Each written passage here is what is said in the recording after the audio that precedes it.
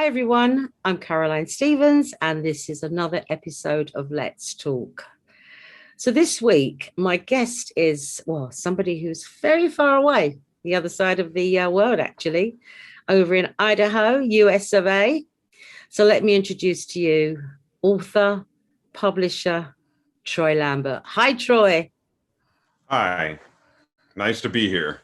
Lovely to have you, and thank you for agreeing to come on the show. I know there's a 7-hour time difference. Yes, there is. So it's noon where you are. Yes, it is. I actually just ate brunch and had some tea. So Very nice. Very nice. I love that word brunch. It's an American word, isn't it? it is. It's what it is basically is that I eat breakfast really late. So I'm up early, but I eat Yeah, breakfast me really too. late. Me too. I just can't stomach food first thing in the morning. So let's talk a little bit about you so everybody knows who you are. So everyone, Troy is an author himself. He's written a few books, fabulous books. And also he's a publisher now. His company is Mooney and Lambert. And we had your collaborating publisher on a couple of weeks ago, Rick, who's a lovely guy.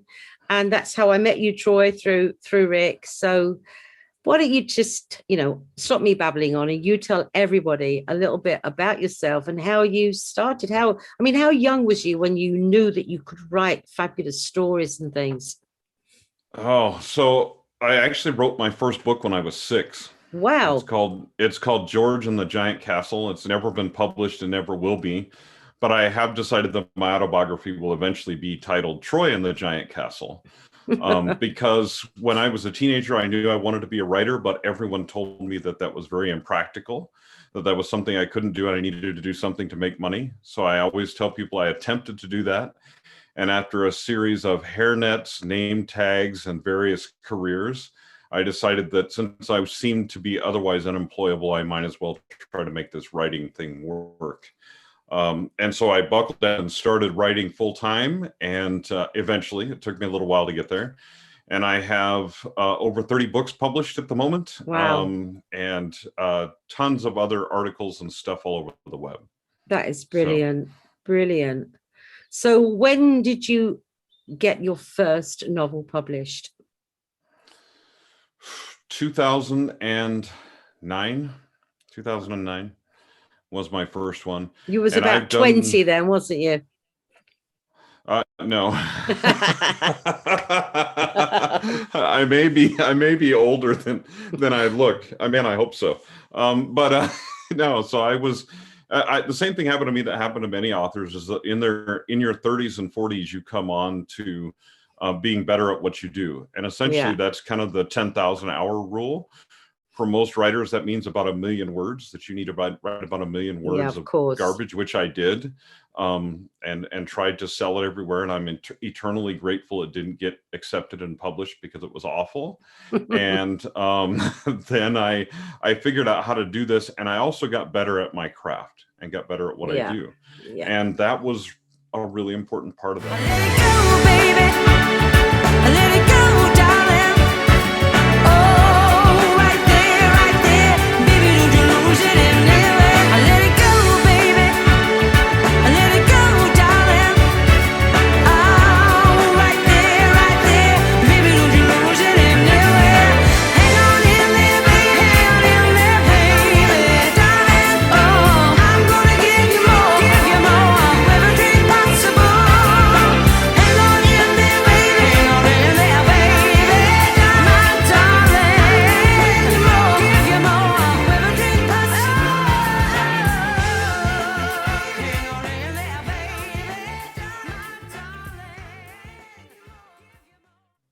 So after you had your first book published, was it successful? Unfortunately, yes. It was very successful for a first book. What that made me was very complacent about marketing my second book, because I thought, well, the world will just be waiting because my first book went so well. And it turns out that's not the case. That as an author, you have to market every single book that you write.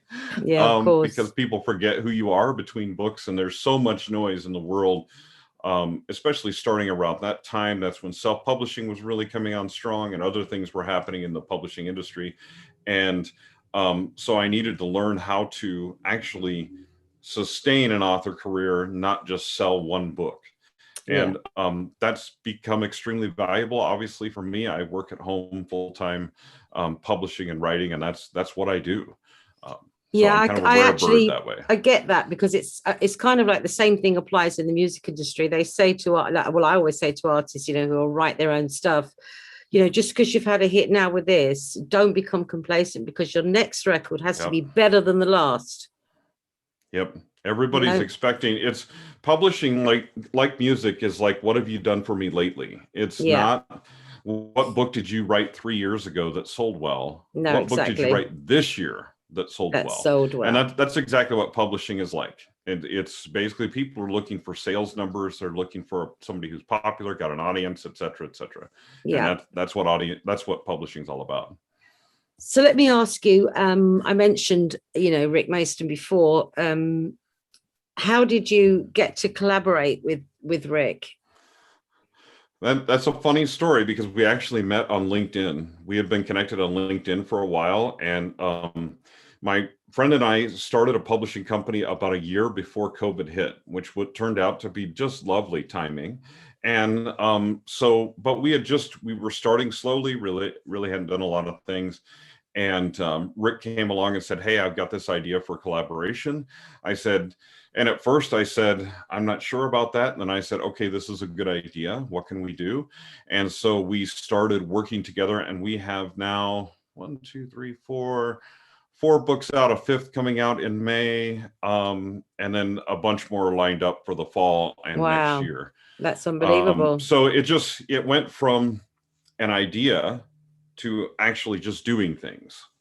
Like so most it's really things, good. It's been really great. Yeah, most things start with just an idea, and sometimes they're fruitful and sometimes they're not. In your case, thank God, they've been fruitful. You've got some amazing books out at the moment, and I heard from Rick that there's lots more great stuff coming out. I can see that book behind you. My eyes have seen the glory. Yes. Tell me a little bit about that book. So that one is a book we really didn't expect to get it. It's 40 interviews with legends of the lane, basically from the Tottenham Hotspurs. And they're all football legends. It's an exceptionally well done group of interviews, but also we've included pictures from Color Sport because we have a deal with them through Rick.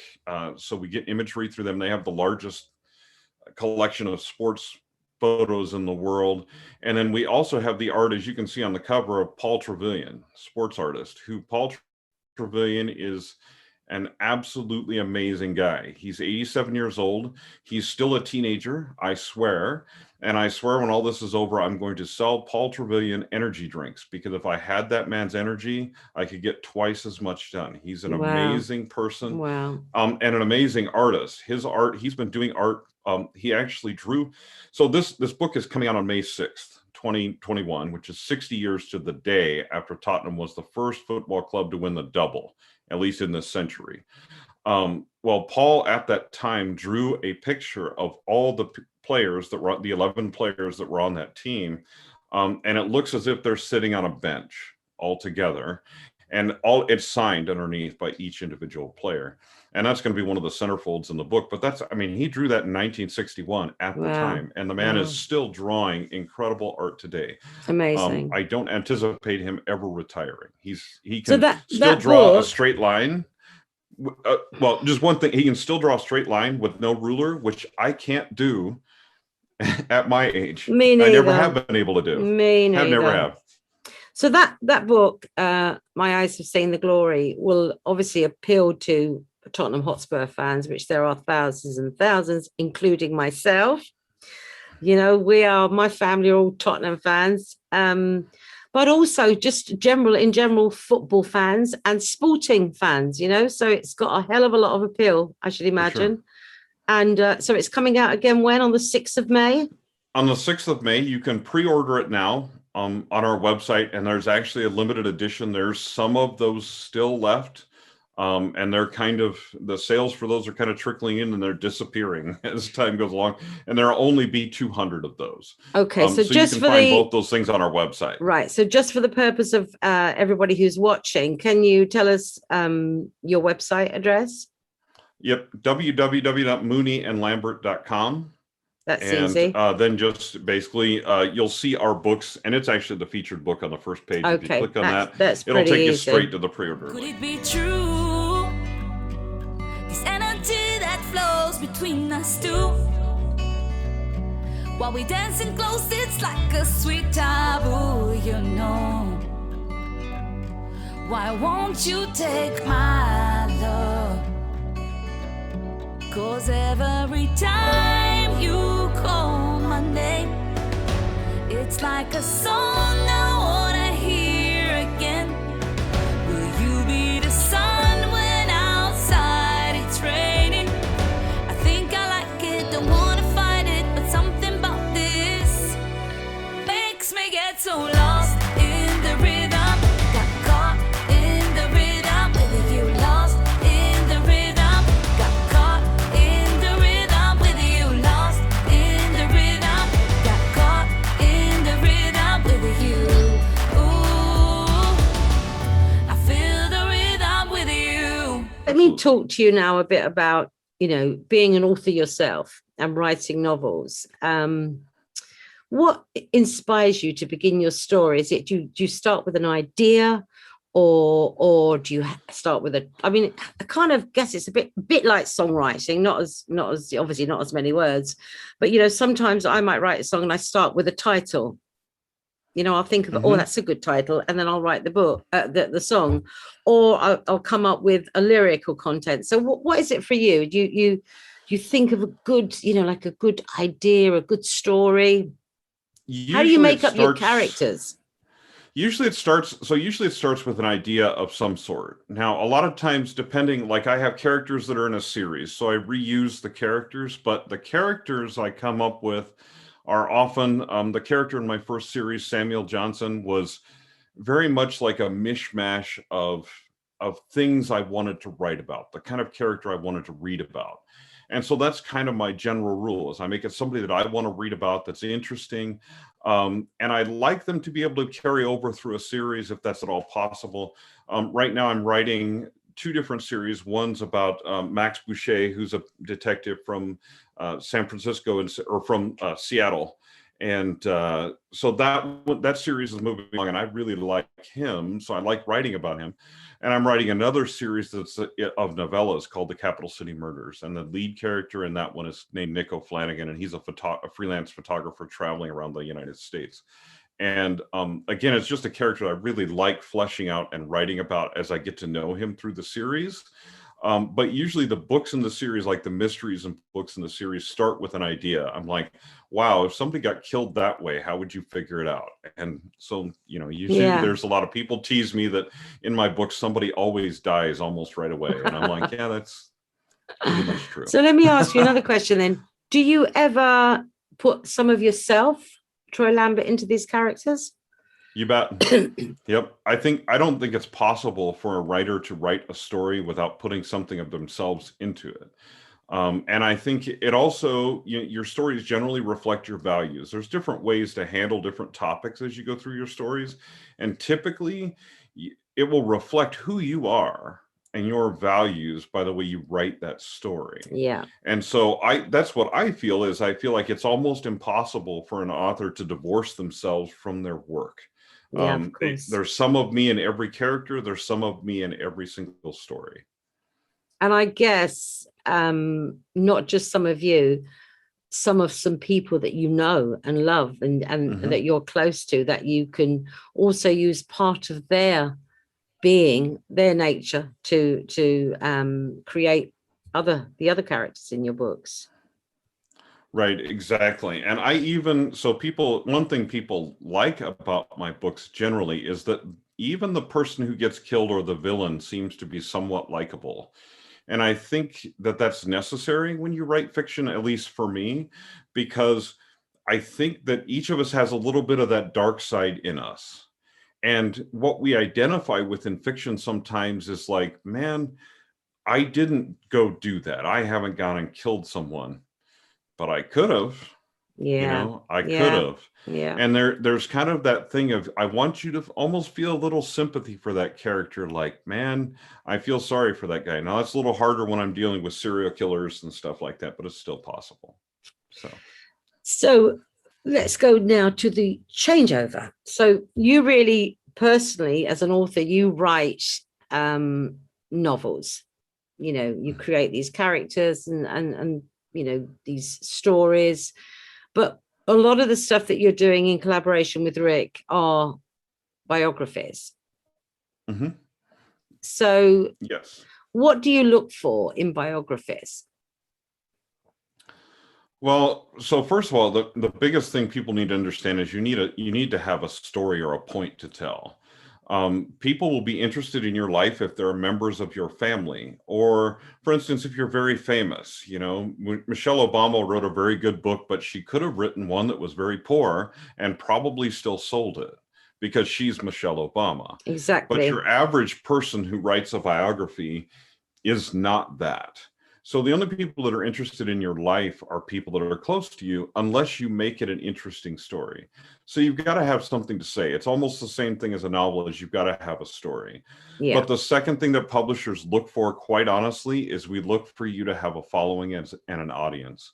You've got to have access to an audience that we don't have access to. Yeah. Otherwise, it's going to be very difficult to sell your book, because we can support authors selling their books. But for instance, I'm a Tottenham fan, but I'm a relatively new Tottenham fan who lives in the US in Idaho.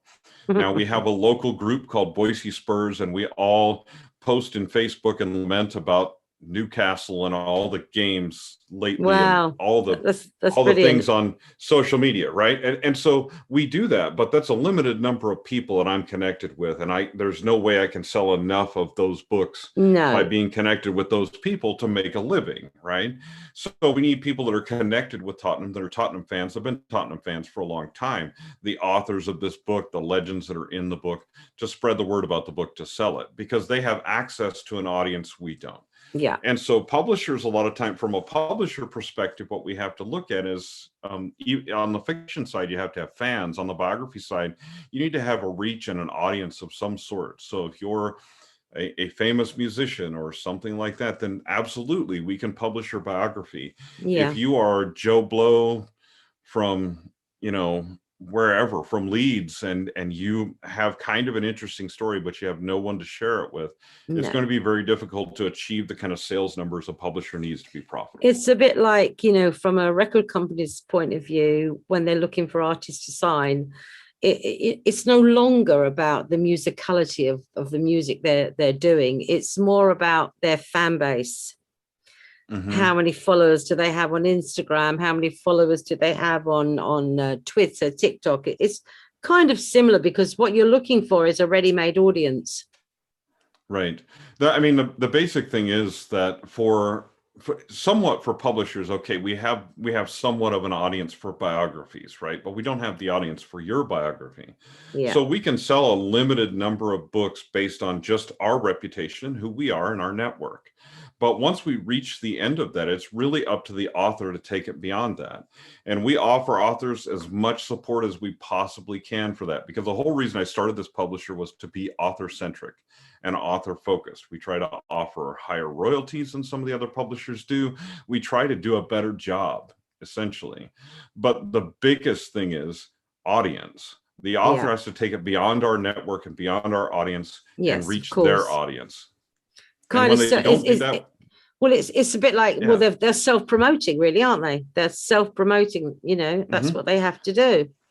Absolutely. And some of them need to hire marketing help, because quite honestly, they just don't have the chops and the ability to go market their book. No. But they need to understand there's a return on investment from that. This is a business. Writing is a business.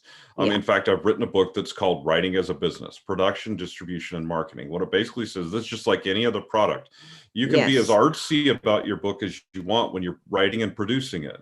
Once it's finished, it's a product, and you need to sell it to make money. Absolutely. And same thing with music. You can be as artistic as you want in the studio, but when your record or your single or your album comes out of the studio, you basically need to, it's a product you need to sell. Yeah. People need to stream it. They need to buy it. It's kind of no different to a packet of, it's no different to a packet of big biscuits, really. You know, you make a product and you've got to sell it, and that's all there is to it. And that's what it is. It's a business.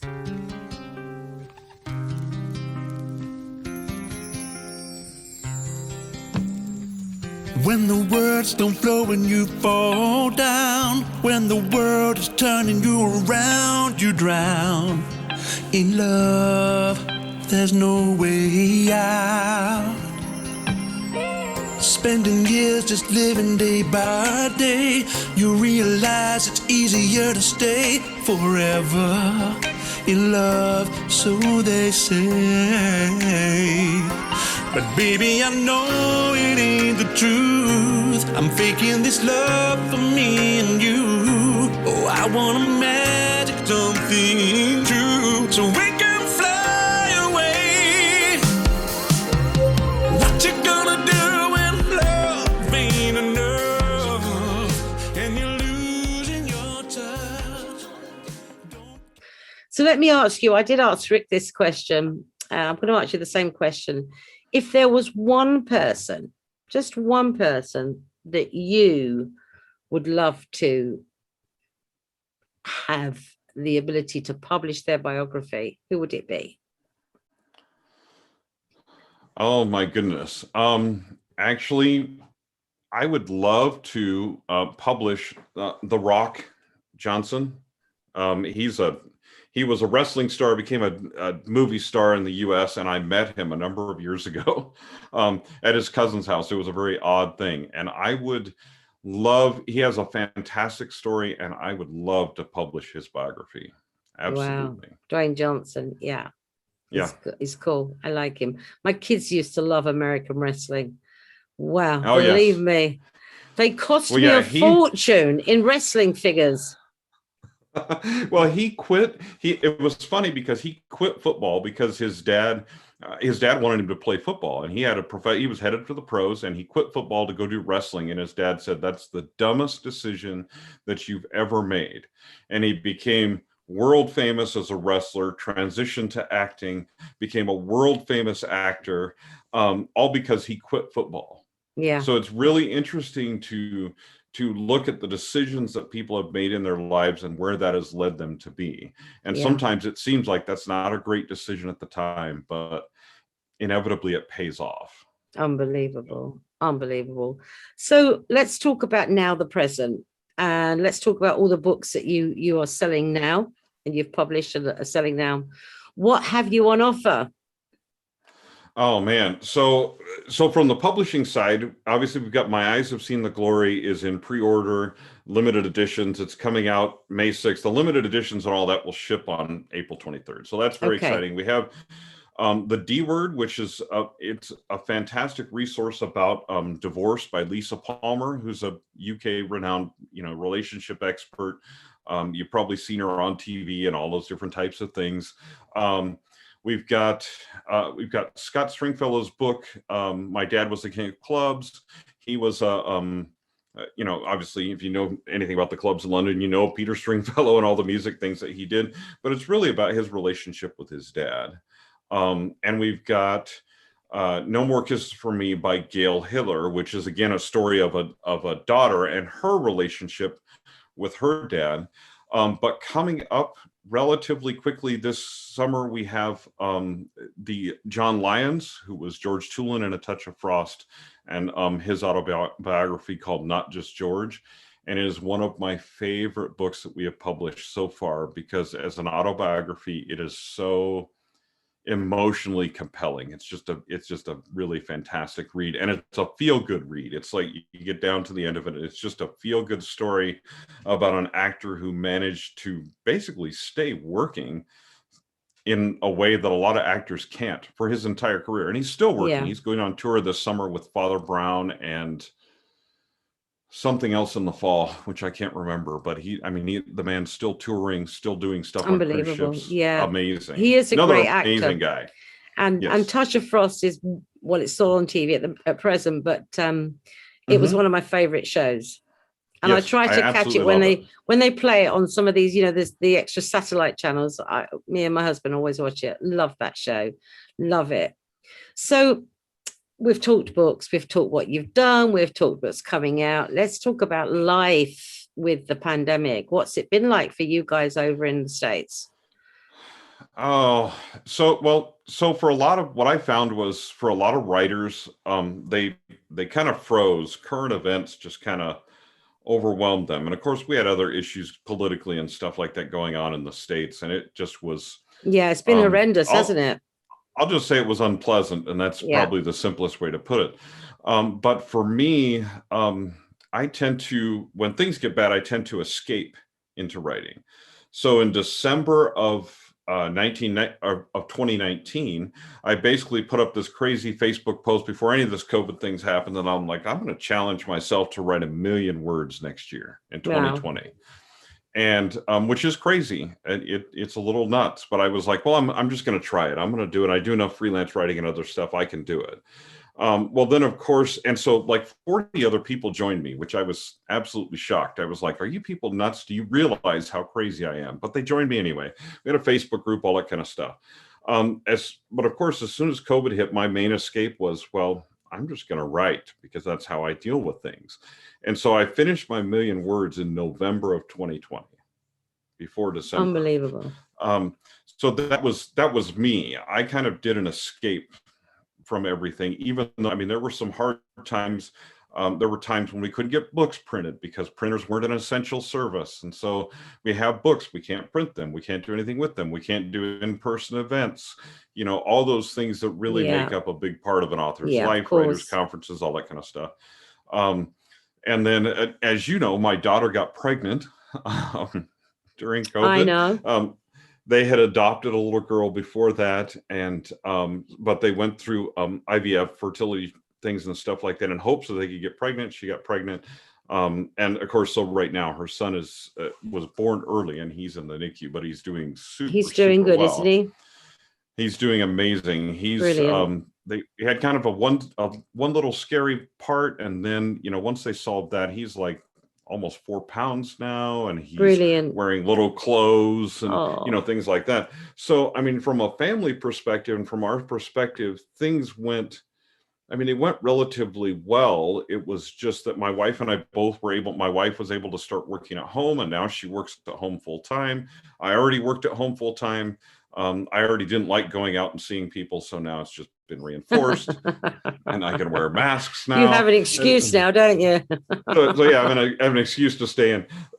So, but we're both on the. We both had our first shots. My wife's had her second. I have my second one next week. So we're both on the path to being vaccinated and going out and doing things and doing some travel and things like that again. Brilliant. Brilliant. But it's been. I mean, it was a tough year. It was a rough year, and for a lot of people, it has been a tough year for everybody emotionally. Yeah, really bad. I mean, I've got lots of friends that normally they would, they're very stable, down to earth people, but this past year they've lost jobs, lost income. They're suffering now with depression, anxiety, stress. It's it's been tough on a lot of people. Yeah, a lot. I mean, I'm fortunate that I was able to make it, like still make a living and still make it through the pandemic. I mean, there were some uncomfortable moments, but we made it. For a lot of people, a lot of writers and musicians who are really dependent upon a lot of those income and tours and stuff like that. Yeah, it was really difficult. And I have a lot of musician friends who, they escaped and went into the studio, but now they're like, well, what do I do with this? I really need to tour. I need to sell this. I need to do all these things. So it's produced some great art and some great work, I think, and some great music, I think some so great too. writing. It really has. But now it's time to. And I think people are going to be hungry for events and hungry for live music and hungry for those things as things open up again. So I think it'll be good for artists, but it's been a really tough year for creatives. And at the moment here in the UK, it's still tough because, we're still in a kind of lockdown like you. I mean, and live events have not started yet. hopefully, I'm hoping that, for all my fellow musicians, including myself, that they will start, in the summer maybe. Yes. And we'll see what happens. But I mean, people are hungry for live music. They really are. Mm-hmm. Oh, I am. I'm big time hungry. I love live music. I can't play music except on the radio. My son is an exceptionally talented guitarist. I am not. I don't know where he got that. But I love live music. I absolutely love going to concerts, outdoor concerts, live music, all kinds of stuff. And I really sincerely miss it and can't wait for it to come back. Me neither. Me neither. Well, Troy, our time is running out. I could talk all evening, but it's not going to happen because you'll get fed up with me. But I just want to say thank you so much for coming on Let's Talk and having a chat with me. And hopefully you'll come back soon when another new book is coming out so we can review all the books and let us know. Yeah. We'll do. We'll do. Absolutely. All right. Thank you, everybody. Say thank you to Troy Lambert. And it's been a pleasure. Thanks for coming. Take care. Bye. Bye.